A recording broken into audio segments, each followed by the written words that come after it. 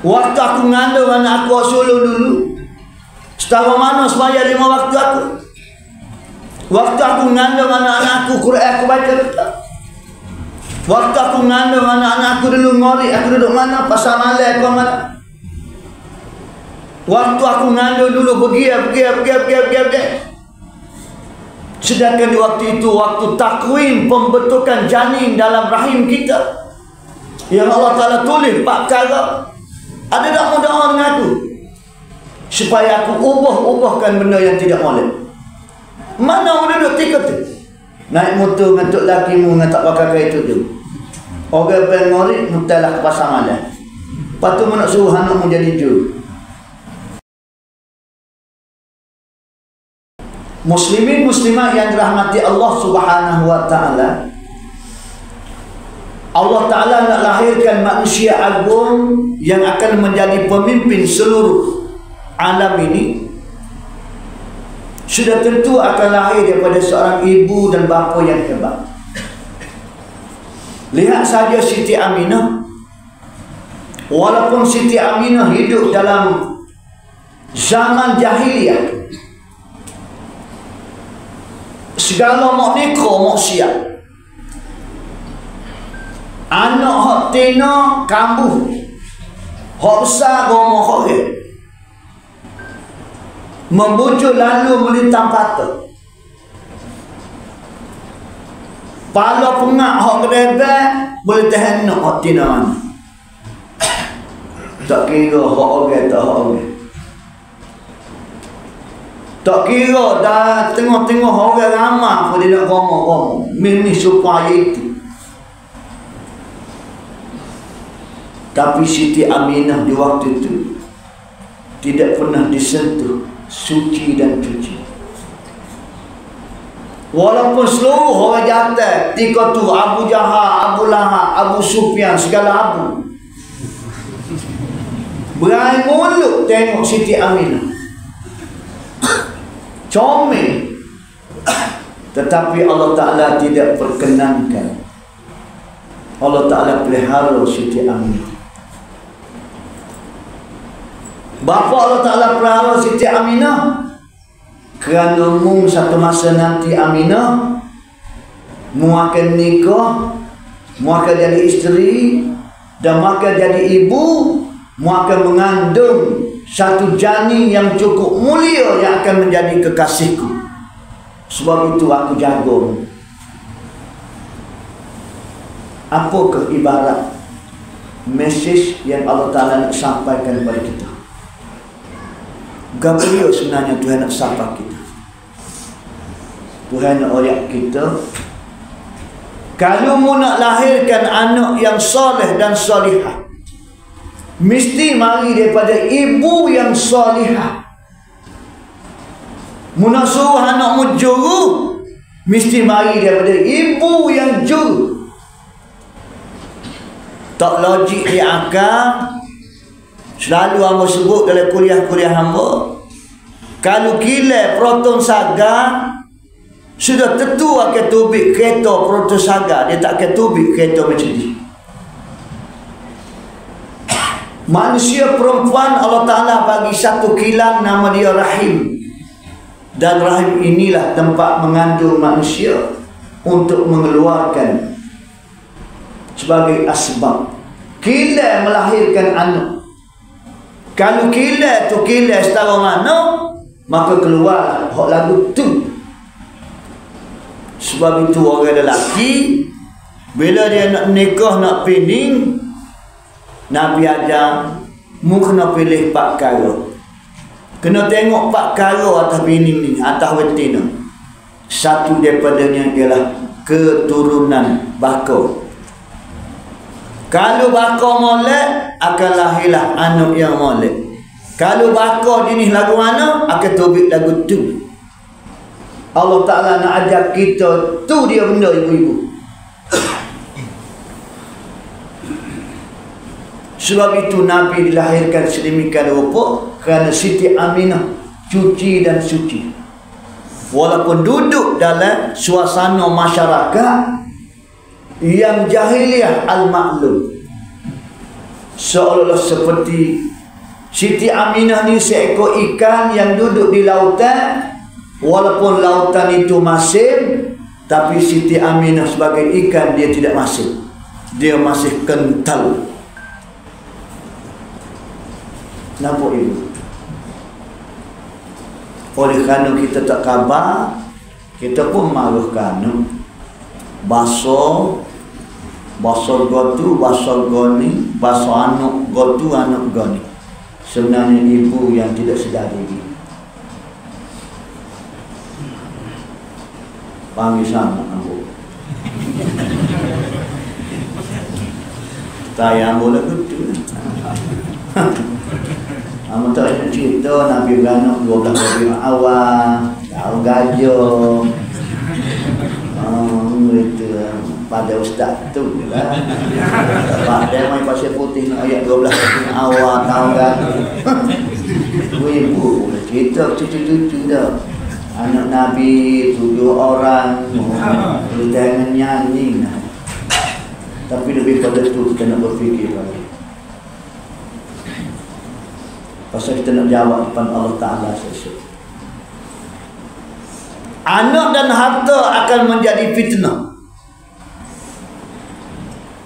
Bila mati nanti, semua sudah maklum. Antaranya ialah bila mentinggal anak yang soleh, akan mendoakan untuk nak jadikan produk kita produk yang soleh. Nak suruh anak jadi anak yang soleh, aku tanya diri aku sendiri, aku ni ibu soleh atau tidak? Pada uruf, pada adabnya, kalau muk lagu tu, itulah dia. Tuan ibu, aku sendiri pun tidak solehah. Semaya Zuhur pun dekat nak asar. Semaya asar dia molek bagi salat masuk ngori. Semaya ngori dekat nak isya. Semaya isya dekat nak subuh. Semaya subuh dekat nak duha. Quran tak baca sepatah rambut. Baca Quran pun duk. Geti pun duk. Soleh. Ke mana dulu? Mana ciri-ciri orang yang solehah? Nampak? Oh, warna gomo ibu pagi ni. Dah buat jatah. Nanti dulu pada dia pun dah. Dia gini lah. Tak kena gomo lah. Susah lah. Biar agak buat lembek. Lembek kan fokus. Amat nak lontarkan kepada ibu, tanya diri aku. Ya sekarang ni anak aku ada dah bagai-bagai ni, yang jadi lagu ni payah semaya, payah kapal ni. Kau nak klik kita. Aku ni setara mana aku dengan Allah Ta'ala? Waktu aku mengandung anak aku sulung dulu, setara mana semaya 5 waktu aku? Waktu aku mengandung anak-anak aku, Quran aku baca tak? Waktu aku mengandung anak-anak aku dulu ngori, aku duduk mana? Pasal malai aku mana? Waktu aku mengandung dulu pergi. Sedangkan di waktu itu, waktu takwin pembentukan janin dalam rahim kita, yang Allah Ta'ala tulis 4 perkara. Ada tak doa dengan aku? Supaya aku ubahkan benda yang tidak boleh. Mana orang duduk tiga tu? Naik motor dengan tok lakimu dengan tak pakai itu tu. Orang pengorik mutalah ke pasar malam. Lepas tu nak suruh anakmu jadi juru. Apa? Baru kita nampak kita silap, baru nampak kita salah. Betul lah kita ibu. Memang anak tu mana-mana puja, panah ribut, terak kau kena hormat ke ibu. Tetapi dalam masa yang sama, aku berdosa dengan anak aku. Banyak aku silap mendidik anak aku. Hak giamu tu memang dah. Anak tak boleh diatur ke ibu bapa. Betul. Tapi aku sebagai ibu, ada tak aku buat pendidikan padamu dengan sebaik mungkin, sehingga kamu jadi lagu ni.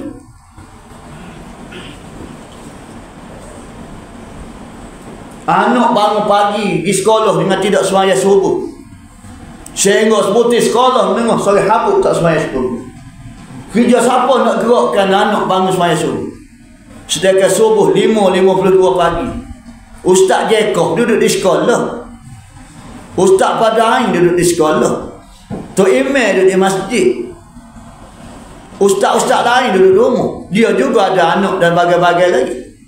Sedangkan kita ada di rumah, anak 55 2 pagi kita tak duduk bangun sembahyang subuh. Tak pernah kejut. Anak di sekolah dengan tak sembahyang subuh. Nak pergi nuntut ilmu. Ilmu nurullah. Kerja siapa? Guru yang pertama dalam hidupku ialah ibu. Tangan ni kualiti ibu.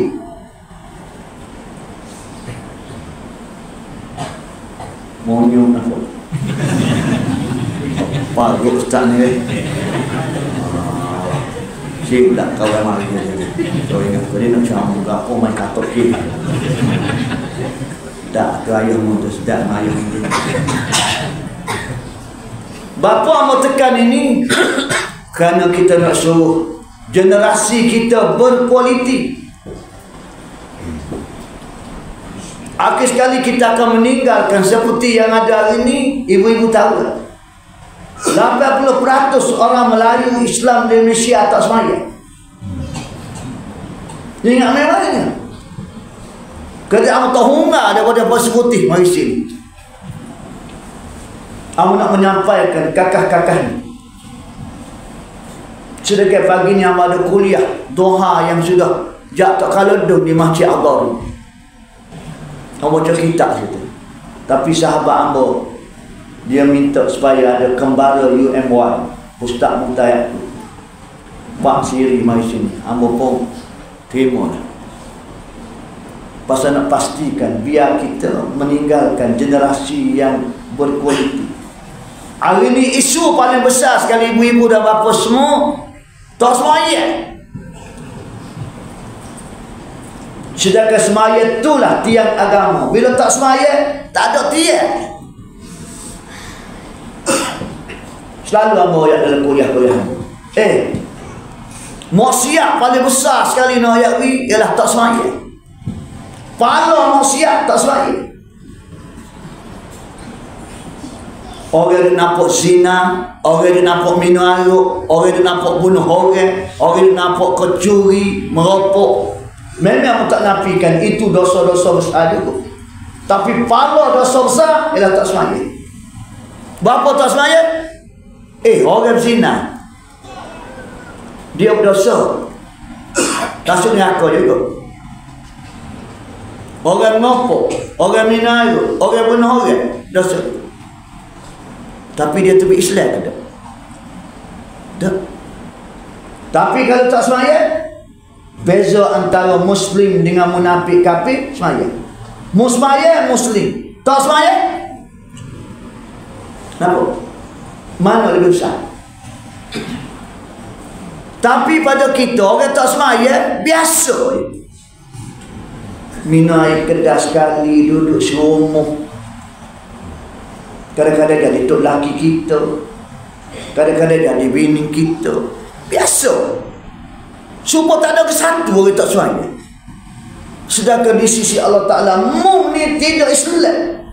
Tak terjamin Islam. Kan main-main tuan-tuan.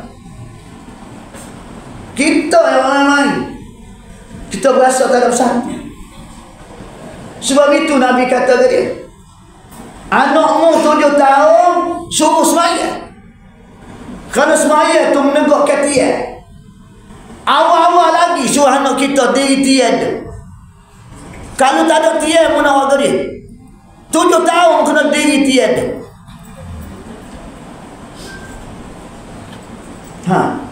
Siapa dia bawa anak mari sembahyang subuh 7 tahun? Tak ada siapa. Sedangkan Nabi kata 7 tahun hajar, 7 tahun hajar. Erik mari. So kau nak erik mana kita tak mari juga. Erik ni kan kita mari. Kuliah duha pagi ni muka keroh ni. Subuh tadi boleh siapa ni?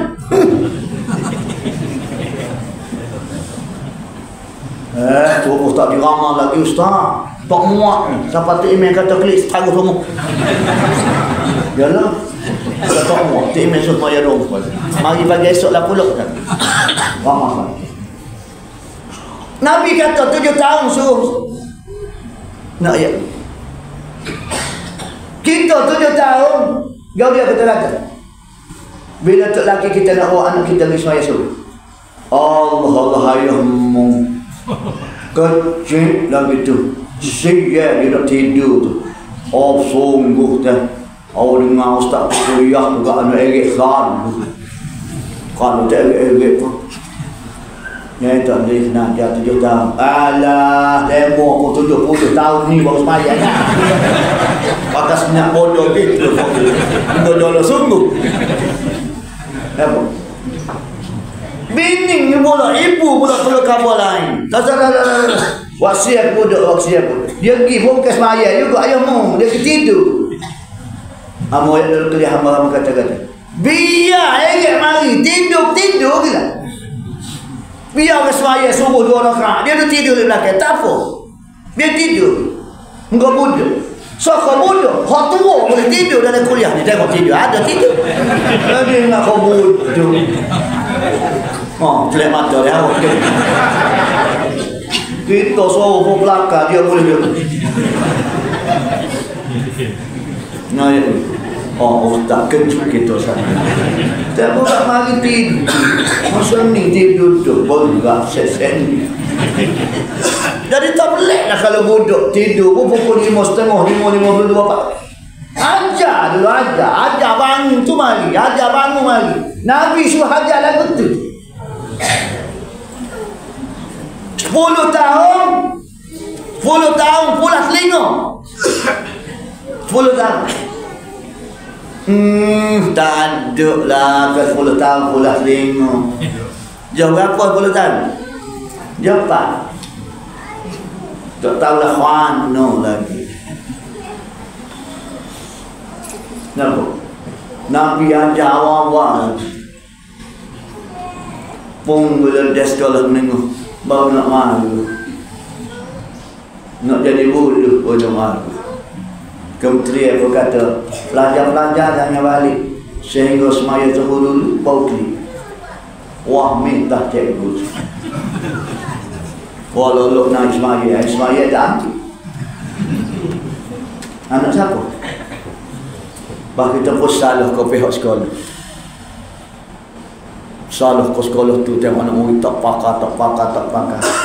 Nampak sama kita salah. Padahal ngomong 7 tahun 10 tahun tak ajar.